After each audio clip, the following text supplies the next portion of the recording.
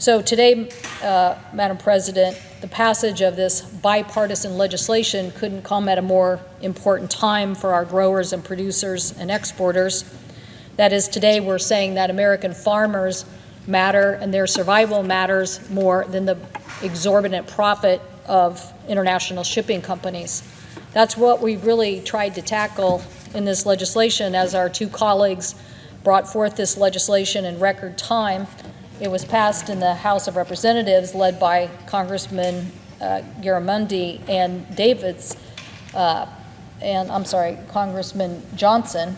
And the two of those passed that in December, and our colleagues got this bill here in the Senate in February, and we were able to pass it now here at the very end of March. So I thank, again, our two colleagues, Senator Klobuchar for her leadership and Senator Thune for getting this done so quickly. So literally introduced in February and passed in March. I hope it's an example of what we can do on other legislation that's affecting our supply chain. Our economy is built on trading goods in a timely manner and our partnerships from all over the world. As the CEO of Anderson, Hay & Grain in Washington said, quote, "The agriculture economy in our region does not work if we don't have competitive access to world markets."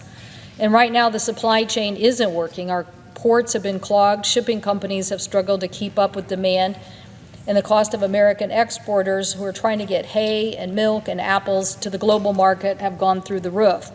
It is hurting our consumers here at home as they see prices increase, and it's hurting our exporters when they are looking at products that they are trying to get to market. American exporters are being charged more and more for containers, and due to shipping delays that are really out of their control. To increase these costs, but basically consumers are paying more and our exporters are having a tough time getting their products to market. According to the Freight Index, by September 2021, shipping container had gone from $1,300 a container to $11,000 a container. So reports and news articles about how that's affected our supply chain, that there have been increasing costs in consumer electronics like computers and other equipment, in furniture and in apparel, all seeing increases because of increase in our shipping costs. So the Federal Maritime Commission found that between July and September of 2021, American businesses were charged $2.2 billion in fees in addition to freight rates. That's a 50% increase compared to the 3 prior months. And getting overcharged is only part of the problem. Some of our businesses can't even get their ships on their containers on the ship. During 2021, there was a 24% drop in full shipping containers leaving from the ports of Seattle and Tacoma. That drop increased to 30% in January and February of this year. That means 30% containers, 30% less leaving to international markets that aren't full of American products.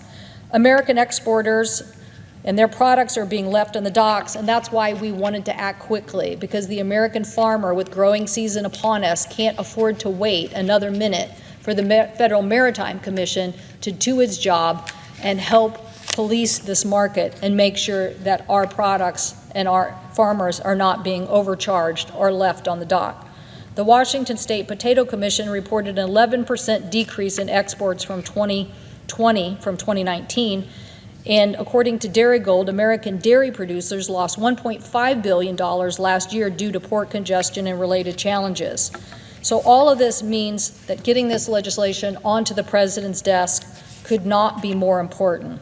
That's why we acted fast in moving this legislation today to give the first reforms to the Federal Maritime Commission in 2 decades.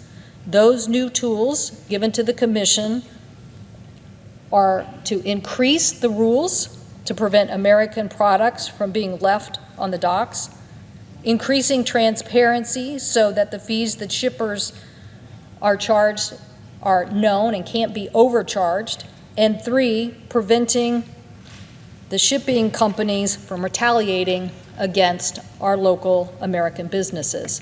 These three changes are significant changes to the authority And the committee made sure in the changes to the legislation that these new rules need to be in place in the next few months. We cannot continue to wait for those rules to take place until next year. They need to be done now.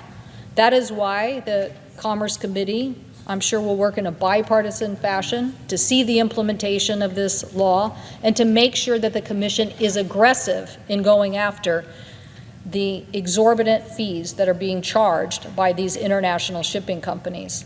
It's a huge task. The Commission is charged with regulating a $14 trillion international shipping industry. But this industry has done nothing but become more concentrated in the last several decades. So as the supply chain challenges unfolded, it's clear that the Commission is left trying to rein in the practices of 5 very large international companies.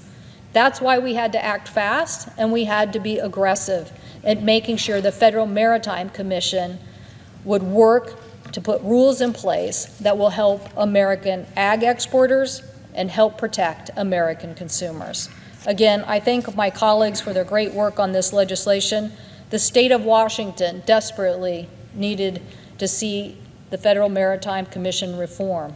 I'm proud to say that we were able to get a new Federal Maritime Commissioner, Max Vekich, who I think will officially be sworn in soon, from the state of Washington, who has been working on the docks for 40 years. He knows what it takes to move product. But he also knows that we need aggressive action by the Federal Maritime Commission to protect all of us from these exorbitant shipping costs and to help us in making sure that products like good American exporters, like our apples and hay and wheat, are not left on any dock, but reach their destination to foreign markets. I thank the President, and I yield the floor.